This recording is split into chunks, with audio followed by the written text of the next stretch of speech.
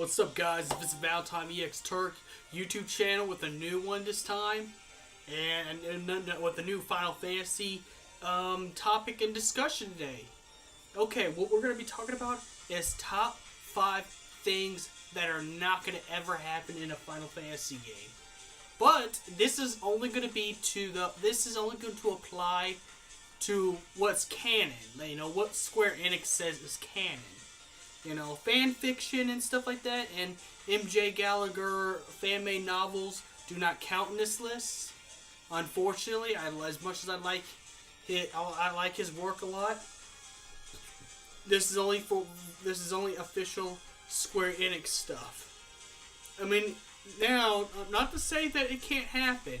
With enough fan demand, anything can be happen. Remember in Naruto, shipping in where Gaara was supposed to die, but fans got mad and sent little death threats to, Kishimoto, and then it got changed. It can always change back. But I'm only going to go through the source material, and I'm not going to go through fan canon or anything like that. Or N.J. Gallagher fan-made novels, even though that's closest to the official canon. So, to name a few off, we're going to start with Final Fantasy VII. Here we go. Zack is the top one, number one. Zack Fair is never coming back. Zack Fair is not in the lab being experimented on, even though there's fans that want to play it that way. And the official thing, Zack Fair is not coming back. He is dead. He is gone, and they're not gonna do a DLC in the Final Fantasy VII remake where Zack comes back like they are with Aerith. He's not gonna get the Aerith treatment where you could pay $25 to keep Zack alive. Zack is gone. Zack is dead. As much as sad as it is, because well, I like the character too, but those are facts. Those are facts. Those are facts. I know they're a sad thing, but that is number 2.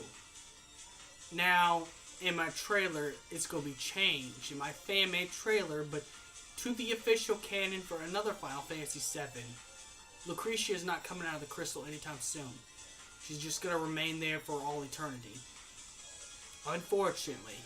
I wish, I plead, I beg that there's some way to release Lucretia from the crystal, and not just her spiritual astral form that she uses to communicate with Vincent or Shulk with her memories.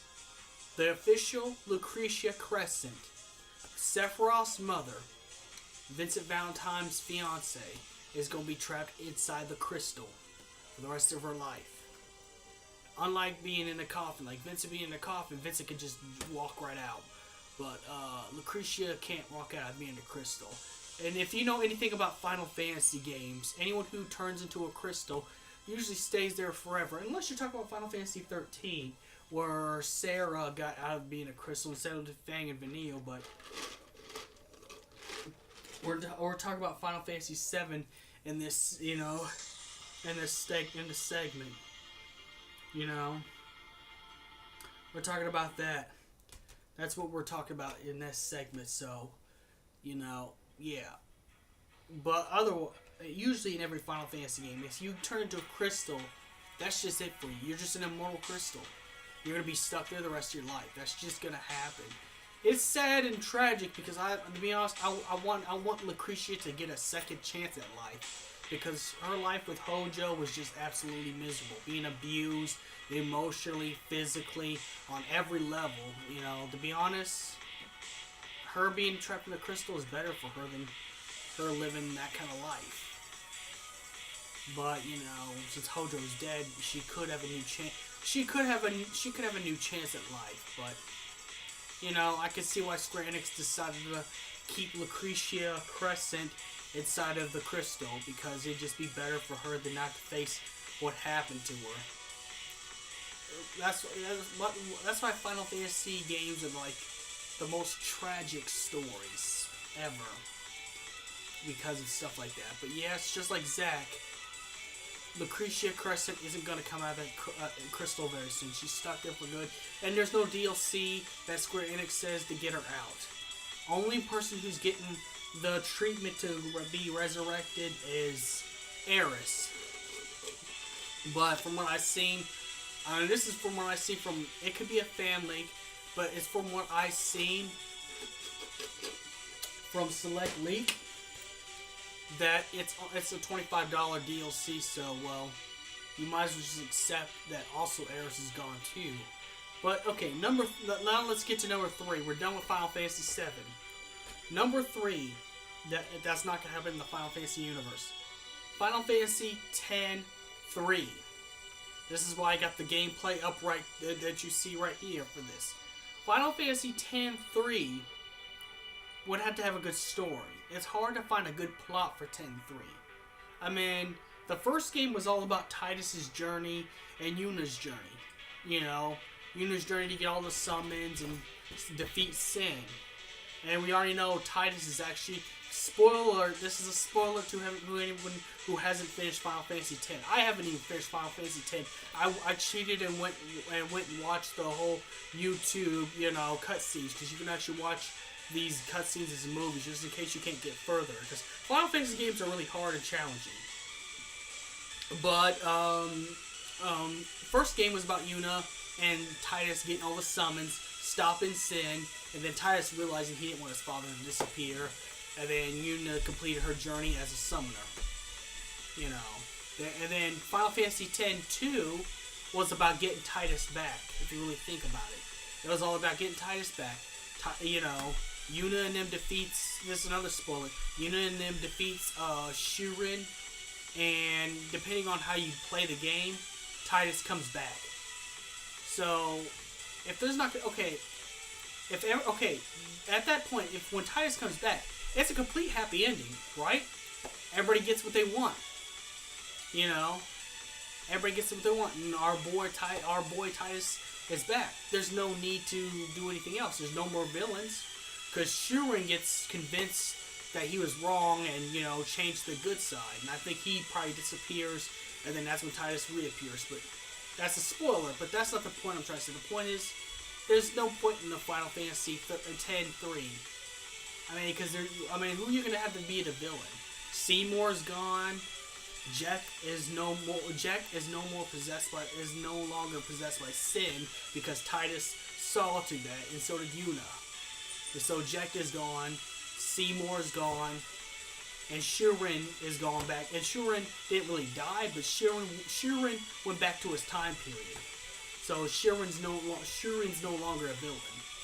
So yeah, there's no need for a Final Fantasy X-3. And only that, Square Enix is busy with Kingdom Hearts 3, Final Fantasy 15, and Final Fantasy 7 Remake, so they're going to only do what makes them money. Like any other big businesses, they're going to do what makes them a whole bunch of money, so unfortunately there's not going to be, a 10-3, because they're too busy on Final Fantasy 15, Kingdom Hearts 3, Final Fantasy 7 Remake, so those are going to be their babies. So, also other games that they release, like other big main titles. So there's no room for a Final Fantasy X-3 anyways, even if they could create a good plot, a good villain, and a good storyline. So unfortunately, that's never going to happen. But it could happen as a fan game. It could happen. Someone made a Final Fantasy VII 2, and it turned out to be a really good fan game, but yeah, it's Final Fantasy X-2. X-3 is never gonna happen. Sorry to say that. This is a depressing video. I don't blame people for giving this video dislikes, because it's unpopular things. It's unpopular to talk about strong subjects in the community or in the Final Fantasy community, because there's always going to be people who take this to heart. But yeah, it's also confirmed by Square Enix that Final Fantasy X-3 is not going to happen. So that's not going to happen. Number 4, Chaos, the God of Discord, being in any future Dissidia titles. Since Chaos has been defeated twice. So you'd be playing the same villain again if you put him in another Dissidia. Now they could put him as a fighter in Dissidia Arcade, but you couldn't use him in the story mode. He'd only be in the versus mode. That'd be the only purpose he would serve, is in the versus mode. But other than that, Chaos has been defeated so many times, and not only that, they figured out how to defeat Chaos. They went back in time, destroyed Chaos. Like Final Fantasy 1, Chaos is gone. He's gone. No more of him. And so, and with Spiritus, they're probably going to make 2 games with the new goddess and gods in there. You know, Spiritus and Materia. Because they're the new characters. They're trying to make this a newer Dissidia experience, so we're not going to be seeing Chaos in any of the future Dissidia games. Which makes a lot of sense because, you know, because, I mean, you'd be fighting the same thing, and it'd just be keep going back and over and over. Because, let's be honest, the only issue I have with comic books, only one issue, is when I keep repeating the same villains over and over and over and over again. Even with a new spin.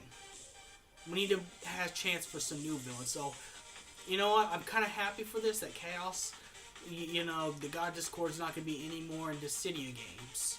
You know, they're not going to make him as a villain anymore in Dissidia games. Because, you know, I kind of like this new change. Because even Final Fantasy games have the problem of redoing the same story over and over. So, this is kind of good. So yes, Chaos, God of Discord, is not going to be in any newer Dissidia games. Unless he's a fighter that you can pick after you complete the game, you know, such as if you want to play online mode. But even then, it'd be kind of cheap to use him.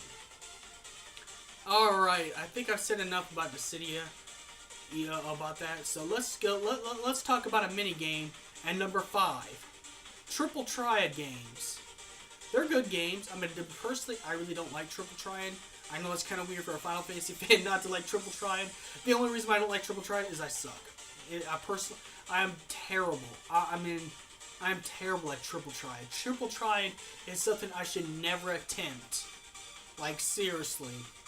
Like, other countries would have my hands, would dismember my hands for playing Triple Triad. Yes, I'm that terrible.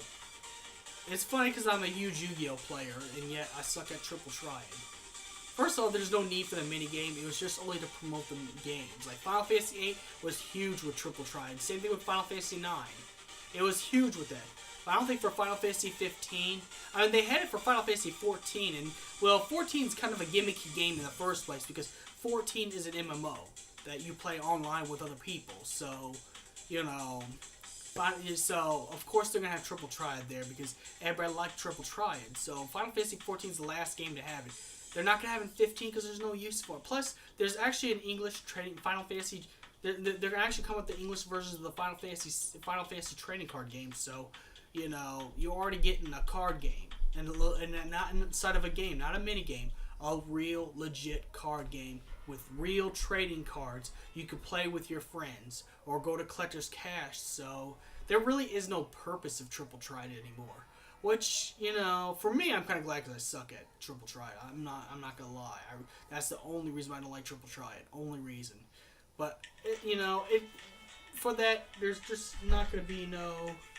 There's not gonna be no point.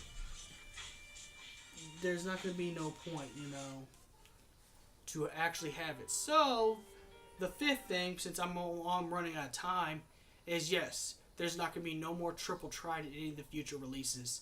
Not even the remake of Final Fantasy VII. And you know what? I think it's pretty good. And those are my top 5 lists for things that we're not going to see in Final Fantasy games anymore. So, may the crystal be with you and subscribe.